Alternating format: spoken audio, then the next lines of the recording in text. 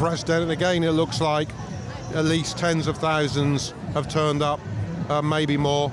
But I get asked the question, why are people still marching? And they're not just marching in London, they're demonstrating, they're picketing, they're boycotting across the country. The simple answer is because the genocide is going on, but more and more people are coming to the understanding that this genocide is built on the foundations of 76 years of oppression, of apartheid, of occupation, and it's going to take sustained activism to end that.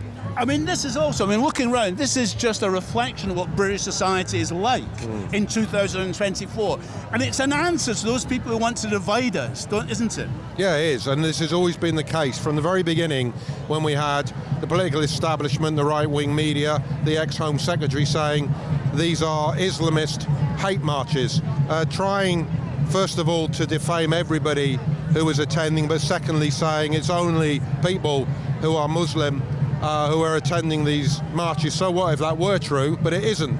It's a massive cross-section. It's young and old. It's people with families. We got a parents block that comes to every demonstration. We got media workers. We got health workers, doctors and nurses who attend every demonstration. And at every demonstration, of course, there are hundreds of people marching in an organised Jewish bloc. So it's an entire cross-section of British society, of people of conscience saying we want an end to every aspect of UK complicity with this genocide. Now, one last question. We're 1 month into a new government here in this country, Sir Keir Starmer. What's your rating so far? Could do a hell of a lot better. Look, positive that they restore funding to UNRWA, but that should never have been withdrawn in the first place. Positive that they did not continue with the grotesque intervention at the ICC, but they had another immediate decision to make, which they haven't taken, and is crucial, which is they stop selling weapons to Israel. What they've said is we're going to get further legal advice. Not quite sure why they need it, because the question that needs to be answered is there a risk that Israel is committing violations of international law? Can I just jump in? But they actually promised to publish the legal advice that had been given to the Sudan government. We're still waiting. We're still waiting, and now this week we were told, well, we're going to assess it further and come back maybe sometime in September. I don't know what they're waiting for. Israel's on trial at the world's highest court for the crime of genocide. The same court this week has told us what we all knew, which is that the occupation is illegal, but it has also said all states, all third-party states, have an obligation not to help and support the infrastructure of occupation, and also not to aid and abet genocide. Well, I'm not quite sure how selling weapons to a state on trial in the world's highest court does not aid and abet a plausible genocide or support the infrastructure of occupation. So the government needs to start moving, start putting meaningful pressure on Israel. It said this week it wants a ceasefire. It's not dealing with the major obstacle to the ceasefire, that Israel says it will continue with its military operation until it's completed the annihilation of Hamas. But what that means is the further annihilation of Gaza. Well, everything that's going is horribly wrong and disastrous. And it is it's worrying as well, because there are threats to extend this war against Lebanon, against Iran. Absolutely, 100%. Yeah, I mean, that is a worry, because it does have the potential to kind of spread. And I think people are really short-sighted and don't see that. And I think it's shocking that people like Keir Starmer, support Israel. And that's what I can't understand. Thank you very much, sister. Where do you come from today? I'm in London. Whereabouts? Ealing. Ealing, and yes. Strong support in Ealing for Palestine? Oh yes, we have a whole group by the name of Ealing Friends for Palestine, so we're all here today. And being a West Londoner myself, there's been regular demonstrations in Ealing, hasn't there, in solidarity? Oh yes, absolutely. Every week we have an activity there. So yeah, we're very active on that front, yeah. And what's interesting in Ealing is that there's a Muslim population, there's the trade unions, it's a wide breadth of support, isn't it? Absolutely, most of them are here with us today, so yeah, that's great. We do that all the time, yeah. And this is the 17th demonstration. This is amazing. We've never seen the likes of this. We never missed any of them. So yeah, you're right, 17, and we're going to keep it up until those Israeli Zionists back off and do something really about that. Thank you very much. That was a view from Ealing. I've come from Oxford. Oxford? Yeah. And you come every week? Every time they have a march, I come. And what's the feeling like in Oxford? What's the movement like in Oxford? The movement is strong in Oxford too. When I'm not marching here, I'm marching in Oxford, and we have vigils in Oxford as well. And it's a broad movement, is it? Absolutely it is. You know, we're a very welcoming community in Oxford. It's a wonderful multi-ethnic community. Where I live, it's fantastic. That's good to hear. And we also saw some resignations from the council, didn't we, over the issue of Palestine? Absolutely. We wouldn't stand for it, and a lot of the Labour just walked out, and we've got a very different council now. Thank you very much. Thank you. That was someone who's come all the way from Oxford to demonstrate in support of Palestine.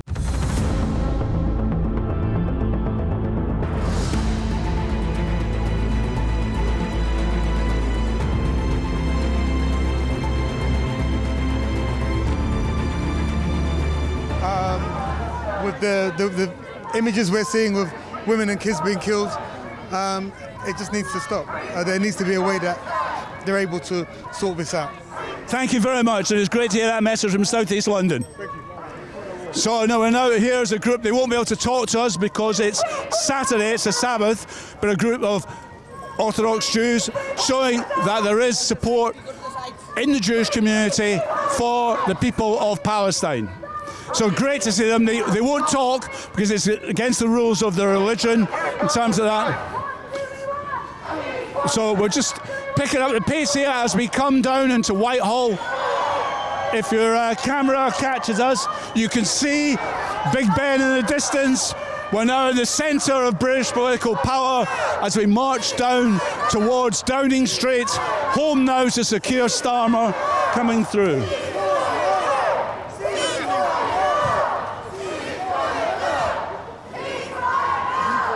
As you can see, Admiralty House to our right, the former headquarters of the British Royal Navy. Back in the day, ruled the waves, no longer, of course.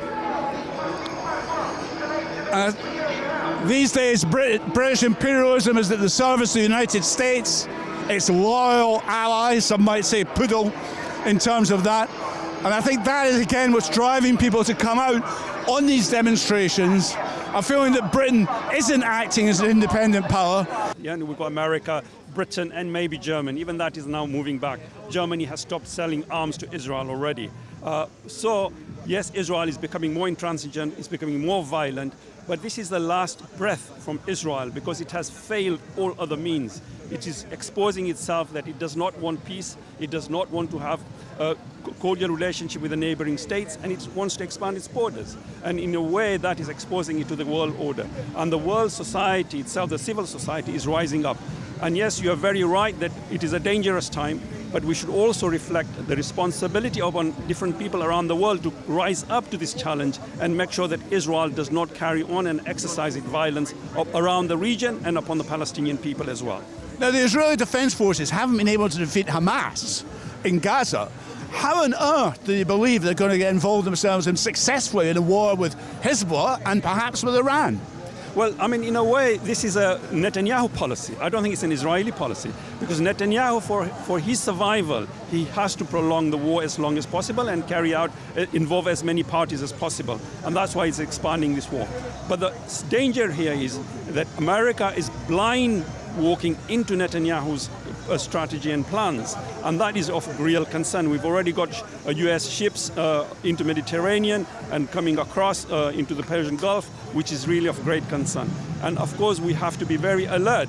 But Israel as a power, I cannot see being surviving, trying to demolish all these countries around its neighbors. More than that is the civil society. I reiterate that the public opinion is now against America and its allies, and we are in the ascendancy. We are the majority of the people. We are the majority of the nations, and we are on the right side of history. International law, UN resolution, human rights values are all with us. Israel is violating all those, and I think Israel is finding itself in the corner. Now, we're 1 month into a new government here in Britain led by Keir Starmer. What is your opinion of how that's gone in those 4 weeks? Well, it's diabolical. I mean, we were hoping for a change, as he's mentioned in the running up to the election, and he has already reneged on two strategic policies in regard to Palestine. One is he mentioned that he would recognize the state of Palestine. He hasn't done that, and that's put in the back burner. The second thing he mentioned is they would bring about the sanctions of immediate arms embargo against Israel. That has been derailed as well. Now it's supposed to be on a later date. So we can't trust this government as we did not trust the last government. So we need to continue making that effort and put pressure on Israel, on our government. Also, on the other hand, we've just had our Foreign Secretary, Haley, go and meet the Israeli Foreign Secretary, a guy who's now being labeled by the ICJ for prosecution, for war crimes. And we have our Foreign Secretary shaking his hands. I mean, they are complicit in the genocide in Gaza.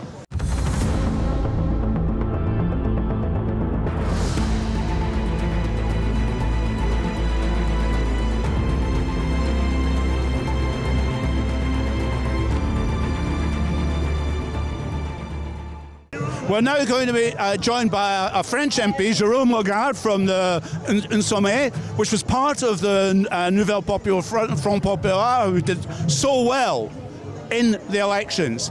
Could you just explain to us, Jérôme, why was it that the left did so well in those elections? Alors, against all expectation, the left has indeed has a big success in the election because it led its campaign on a program to break with all the policy of Macron.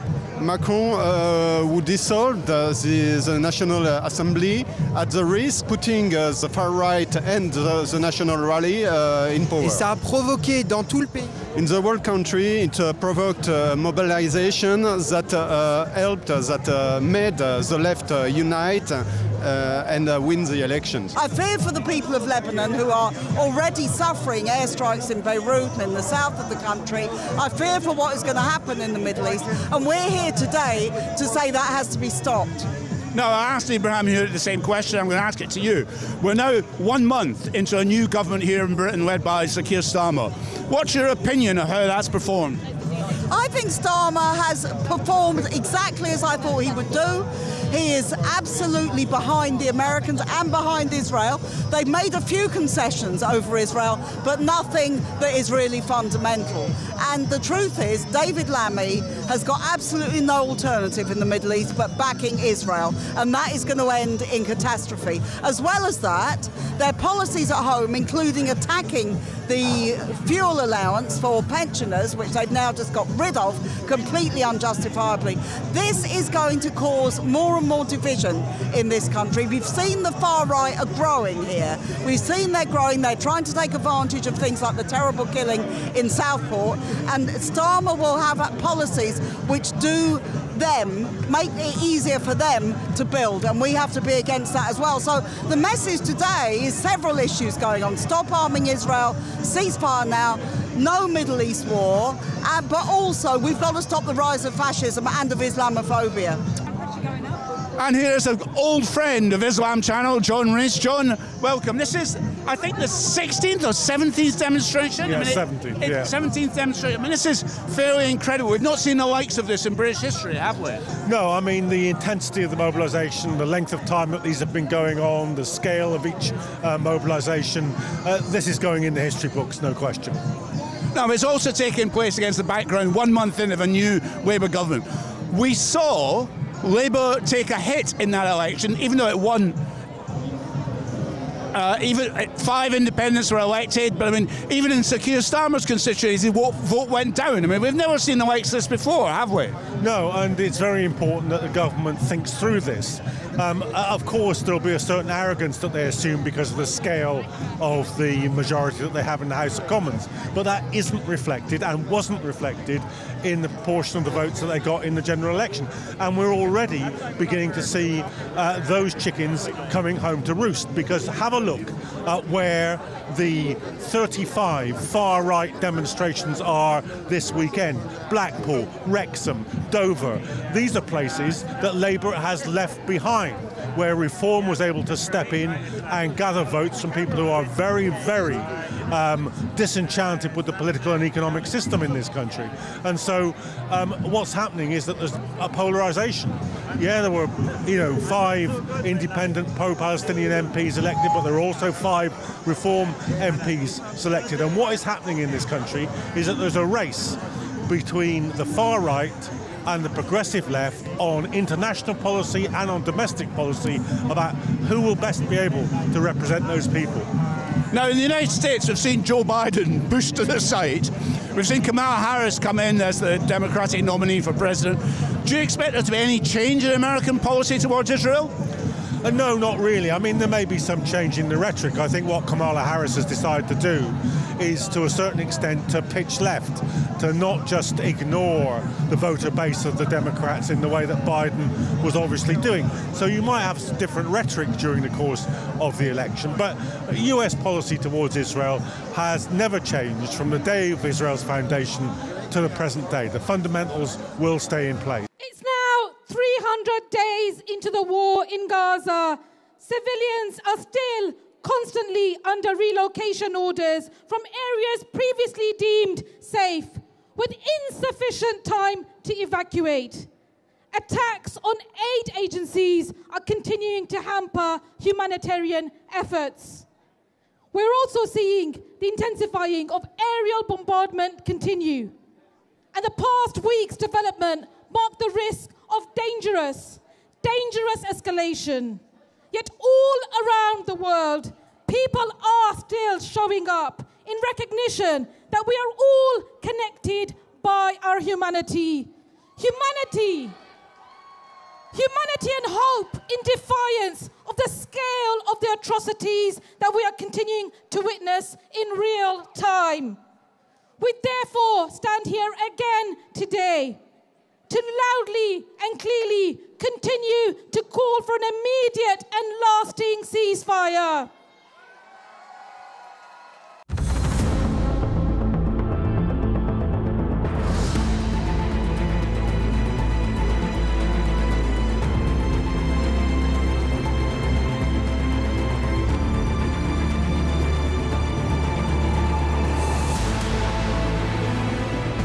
And one of the main organisers of the demonstrations is the Campaign for Nuclear Disarmament. We've been talking to other people. When this demonstration is taking place, Kate Hudson, I should say, CEO of the CND, it's taking place at a particularly dangerous time. We've seen the assassination of Hamas's chief negotiator in Tehran. We've seen the attacks against Hezbollah, leading Hezbollah figures in Beirut. Israel seems intent on extending this war. Yeah, that's the most shocking thing, really. We're already seeing this absolutely terrible genocide. Yet while that is going on, in the eyes of the world, when the overwhelming majority of the world is against it and all legal institutions against it, they're now turning wider than that. And as you say, it seems like they are trying to provoke war with their neighbours. And of course, one of the things that I would say, from the point of view of the Campaign for Nuclear Disarmament, is that it's Israel's possession of nuclear weapons that is absolutely fundamental here, because possession of those, the only nuclear weapon state in the Middle East, means that they can act with impunity, because people, other countries which may feel that they wish to respond to Israeli attacks, they will think twice or more than twice about responding militarily to military attacks on them, because they know that Israel has that ultimate nuclear weapon, and indeed they talk about using it. So that nuclear weapons possession gives Israel impunity to act how it wants in that region. Now, I've heard a number of former CIA officers and others in the United States saying that they believe if Israel went to war in Lebanon, they would use tactical nuclear weapons. Now, these are still weapons of mass destruction, aren't they? Yeah, I mean, I would say there's no such thing as tactical nuclear weapons. If what people take that to mean is that they are small nuclear weapons that can be limited in some way. That is absolute nonsense. All nuclear weapons are weapons of mass destruction. And in fact, in terms of the size category of those weapons, most tactical nuclear weapons are many times the size of the Hiroshima bomb. Their payload is massive. So there is no such thing as a small usable nuclear weapon, and all those military planners and CIA commentators, they have to understand that, because any bomb, nuclear weapon of any size in that area will be a catastrophe for the whole region, an absolute catastrophe, and for the wider world, because radiation poisoning spreads. Now, we're 4 weeks into a new government here in Britain, the Labour governor, Sir Keir Starmer. How do you rate their performance 4 weeks in? Well, Obviously, they've made one or two positive steps. There's the funding for the United Nations agency, and they've also stopped the kind of plan to block the legal thing, the arrest thing around Netanyahu. So those are positive steps. But the overwhelming majority of what they need to do has not yet been addressed. They need to stop those arms shipments to Israel.